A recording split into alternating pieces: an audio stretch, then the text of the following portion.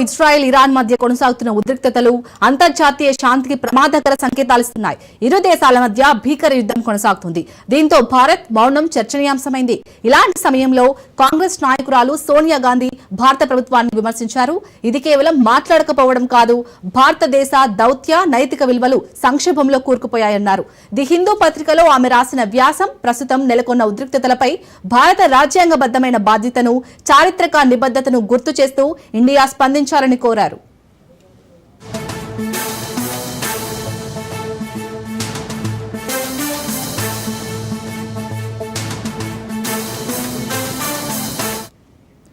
Israel Iran మధ్య యుద్ధంపై India మౌనం వహించడం దౌత్యపరమైన వైఫల్యమన్నారు కాంగ్రెస్ అగ్రనేత సోనియా గాంధీ. భారతదేశం నైతిక వ్యూహాత్మక సంప్రదాయాల నుండి తనను తాను తప్పుకుంటుందా అని ఆమె ప్రశ్నించారు. ఇరాన్ భూభాగంపై ఇజ్రాయెల్ దాడిని చట్టవిరుద్ధమన్న సోనియా సార్వభౌమాధికార ఉల్లంఘనగా మండిపడ్డారు. డ్రోన్లు, క్షిపణుల దాడులతో పశ్చిమాసియా ఆగమాగమవుతుందన్నారు. ఇది ప్రపంచాన్ని ప్రమాదంలో పడేస్తుందని సోనియా చెప్పారు. గాజాలో క్రూరమైన చర్యలతో ప్రజల జీవితాలను చిన్నాభిన్నం చేసింది కాక ఇప్పుడు ఇరాన్ను ధ్వంసం చేస్తారా అంటూ ఆమె మండిపడ్డారు. ఇరాన్ ఆస్తులు, సైనిక స్థావరాలను లక్ష్యంగా చేసుకున్న ఇజ్రాయెల్ దాడి హేయమన్నారు.